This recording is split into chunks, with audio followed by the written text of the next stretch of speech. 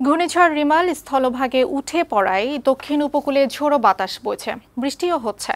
বাতাসের গতি বাড়ছে, জোয়ারের পানিতে ডুবেছে উপকূলীয় এলাকার নিম্নাঞ্চল। স্থানীয় প্রশাসন মাইকিং করে ঝুঁকিপূর্ণ এলাকার অধিবাসীদেরকে নিরাপদ আশ্রয়ে যেতে বলছে। দেশের ভেতর সব জায়গায় নৌপথে চলাচল বন্ধ রাখা হয়েছে। চট্টগ্রাম, কক্সবাজার ও বরিশাল বিমানবন্দরও সাময়িকভাবে বন্ধ। সংবাদদাতাদের পাঠানো তথ্য ও চিত্রে খালিদ হাসানের প্রতিবেদন।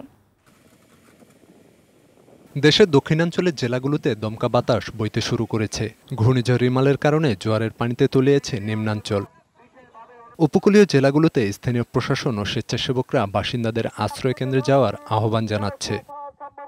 পটুয়াখালীতে ঝড়ো বাতাস ও বৃষ্টি হচ্ছে। বিকেল থেকে বাতাসের গতি ও বৃষ্টি বেড়েছে। জোয়ারের পানিতে তলিয়েছে নিচু এলাকা। রাঙামালিতে বাঁধ ভেঙে 20টি গ্রাম প্লাবিত হয়েছে। কলাপাড়ায় জোয়ারের পানিতে ভেসে একজনের মৃত্যু হয়েছে বলে জানিয়েছে স্থানীয় প্রশাসন।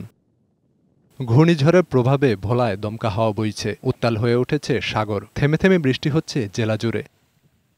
বরগুনাতেও সকাল থেকে বৃষ্টি হচ্ছে। বিকেলে বাতাসের গতি বেড়েছে। জোয়ারের পানিতে তলিয়েছে নিম্নাঞ্চল।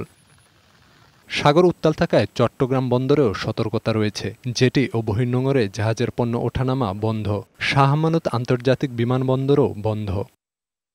সাগরে পানির উচ্চতা বেড়েছে আর থেমে থেমে বৃষ্টি হচ্ছে কক্সবাজারে। শহরের সমিতিপাড়া, কুতুবদিয়াপাড়া ও মোস্তাকপাড়ায় লোকালয়ে জোয়ারের পানি ঢুকেছে। মানুষজন আশ্রয় কেন্দ্রে যাচ্ছে। বাকখালী নদীতে ভেসে আসা একজনের মরদেহ উদ্ধার করেছে পুলিশ। প্রবালদ্বীপ সেন্ট মার্টিনে আশ্রয়কেন্দ্র হিসেবে খুলে দেওয়া হয়েছে হোটেল ও রিসোর্টগুলো। কক্সবাজার বিমানবন্দরও বন্ধ রাখা হয়েছে।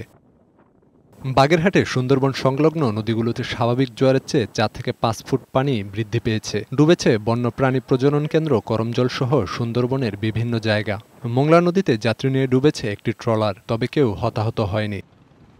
বরিশালে ঝড়ের প্রভাব এখনও পড়েনি। সকল নৌপথে লঞ্চ চলাচল বন্ধ। বেড়েছে নদ নদীর পানি, বিমানবন্দর বন্ধ করেছে। সাতক্ষীরায় সকাল থেকেই ঝড়ো বাতাস বইছে। ভাঙন দেখা দিয়েছে একটি বাঁধে। ঝালকাঠিতে ও পিরোজপুরেও নদ নদীর পানি বেড়েছে। ডেস্ক রিপোর্ট, বৈশাখী সংবাদ।